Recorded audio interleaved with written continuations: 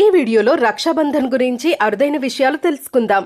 మహాభారతంలో కృష్ణుడి వేళ్లకు గాయమవ్వగా ద్రౌపది తన చీరలోని ముక్క చింపి కడుతుంది. అదే రాఖీ సంప్రదాయానికి ఆరంభంగా నిలిచింది.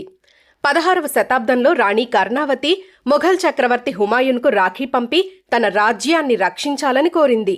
ఇది రక్షాబంధన్ వేడుకలో కొత్త మార్పు తీసుకువచ్చింది. పూర్వం రాఖీని గురువులకు, స్నేహితులకు, పెద్దలకు కూడా కట్టే ఆచారం ఉండేది. ఇది బంధన్ రక్షణకు సంకేతం.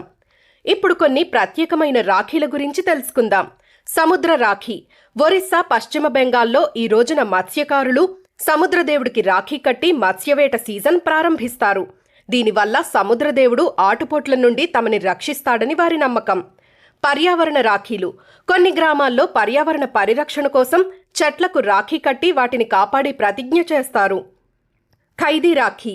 కొన్ని చోట్ల మహిళలు జైళ్లలో ఖైదీలకు ప్రత్యేకంగా రాఖీ కట్టి వారిని మార్పు దిశగా నడిపించే ప్రయత్నం చేస్తారు.